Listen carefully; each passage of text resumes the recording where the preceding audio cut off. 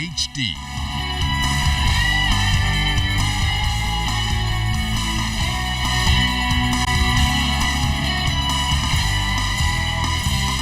ZNS Network presents The Bahamas Tonight. This portion of the news brought to you by BTC Every Day. Good evening, everyone. I'm LeDaunne Davis, and welcome to the Bahamas Tonight, the weekend edition. Thanks so much for tuning in. Topping the news, high-level talks started today in Panama at the Summit of the Americas as leaders from the Caribbean and the Americas came together to address issues of concern. The big story tonight is the meeting of the President of the United States and Cuba to reestablish full diplomatic relations after a trade embargo of more than 50 years. For the Bahamas, their closest neighbor, an issue of interest is health care. Opal Roach reports. Universal health care is one of the priority agenda items here at the Summit of the Americas in Panama City. And this comes as government is only months away from implementing its comprehensive plan. Speaking to this, Health Minister Dr. Perry Gomez says this is timely. I was very gratified when I looked at the program and saw in the section on health, it began with the discussion of healthcare being a universal right, and that countries of the Americas are being encouraged to pursue the implementation of national health insurance or universal health coverage for their populations.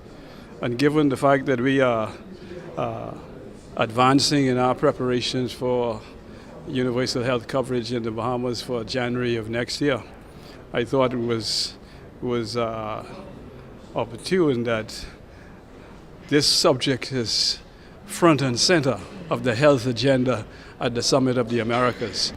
Now, despite what critics have to say, Dr. Gomez says universal health care is nothing new, and being on the agenda simply proves that we are on the right track. It's in keeping with what I said in a press briefing in Nassau earlier, that the World Health Organization in 2012 made this a priority for countries around the world. And so we in the Bahamas are right on point, as young people say home, on point. And so we should not be distracted by naysayers at home in what we are doing. We are doing the right thing, and we must press on and just get it done. Dr. Gomez says the Bahamas is a pace setter, especially in the region, in meeting this developmental goal. Other countries, including here in Panama, Jamaica has been talking about it. A lot of countries have been preparing, but at a much slower pace than we are, and because of membership in the World Health Organization. They know that's part of the agenda. In fact, I am told that in the realignment of the MDGs, the Millennium Development Goals by the UN, because the first group of MDGs expire this year, and so they have been working on what will constitute the new goals of the UN, and among them, I'm sure you're going to see universal health coverage. Now, in wrapping up a day of closed sessions, the health ministers were encouraged to adapt best practices and improve health care for all. Covering the Summit of the Americas in Panama City, I'm Opal Roach, ZNS Network News. A noted attorney spoke with ZNS News on that tragic boating accident that claimed the life of an elderly man during the Easter holiday weekend. Our Scieska Adderley spoke with attorney Munroe, who now represents the victim's family. It's been 1 week since that fatal boating accident, which claimed the life of 73-year-old Timothy Ferguson 2 miles off Sandy Port while on a fishing trip. He was killed on Good Friday when a 90-foot fishing yacht collided with his 15-foot Boston whaler, with him and 2 other men on board. Attorney for the family Munroe providing our news team with an update. Benjamin Ferguson and his nephew gave statements on the day that it happened. The police are no doubt investigating to determine whether or not they intend to levy a criminal charge or whether or not he'll simply be sent to a coroner's inquest. As family members are forced to come to grips with this tragedy, Munroe says they're still questioning exactly how this could have happened. You can see for miles. There would be an issue, I suppose, of how it comes that over miles you don't see another vessel that's anchored. And so I don't know what advice, what other material they're seeking. But that is something that's been troubling from the start, that you can see for about 7 to 8 miles. And how is it that an accident of that nature could occur?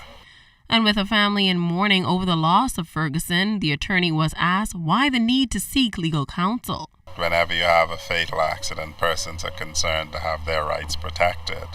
There are issues about criminal responsibilities, there are issues about civil liability, and more today Bahamians are sensibly seeing the need to have advice about their rights early on in the process so that they can be certain that their rights are protected. Though the circumstances that led to Ferguson's death are unknown, Munroe says he expects movement on where the investigation will go in the coming days. Scieska, Adderley, ZNS Network News.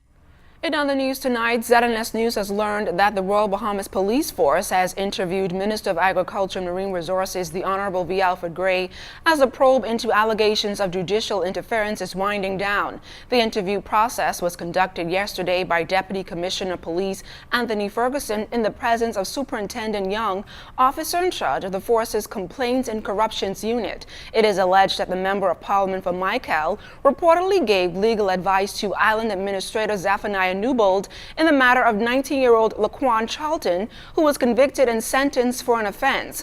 Gray maintains his innocence and insists that he will be vindicated. Today, Gray's attorney Wayne Munroe says while the police are doing their job, for some, it is political theater.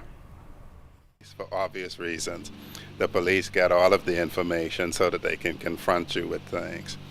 So it seems that when politics comes to play, silliness happens. So you could take someone like Minister Gray saying, I will have this last say, which is simply to say the police will interview me last. Minister Gray is a lawyer and would be aware of that, and we would discuss that over time. And yet for political mischief, that is characterized as arrogance. And so we have to be very careful that we don't let politics override good sense. And still to come, hear why several Bahamian artists are celebrating Bahamian culture tonight. You're watching the Bahamas Tonight, the weekend edition.